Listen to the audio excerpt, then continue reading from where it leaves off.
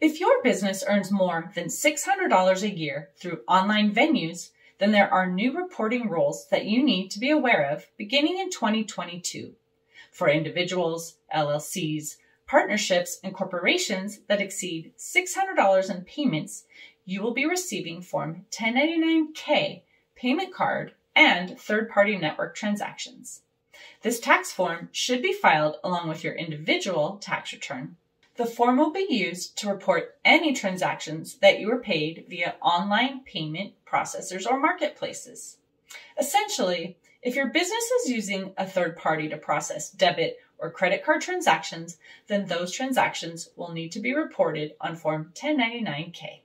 This means that if your business is using third-party settlement organizations such as Venmo, PayPal, or eBay, then you'll be provided a 1099-K form by that company. Prior to 2022, businesses received this form to report gross proceeds for card transactions if the company had gross payments that exceeded $20,000 and had more than 200 of these transactions in a year. As a result of the American Rescue Plan Act, the previous requirements have been amended. Now, if your business uses a third party or payment processor and you generate more than $600 in payments, regardless of the number of transactions, you will be required to report this information to the IRS. It is important to know that the IRS has excluded some transactions from being reported on Form 1099-K. You will not need to list personal gifts, charitable contributions, or reimbursements.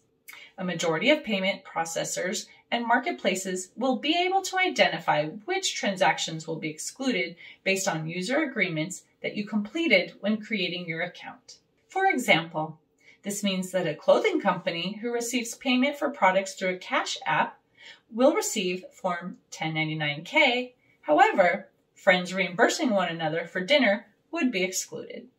The third-party organization in these two scenarios would be able to understand that the clothing company has a commercial agreement, while the friends would have completed a personal agreement application when they signed up for the application.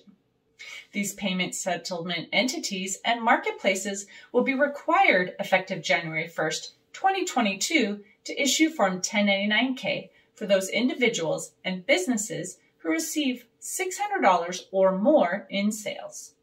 Please note that these new requirements will impact your 2022 sales and taxes and won't need to be reported until the tax season of 2023. If you have additional questions regarding the updates to Form 1099-K, we recommend contacting your accounting professional for assistance.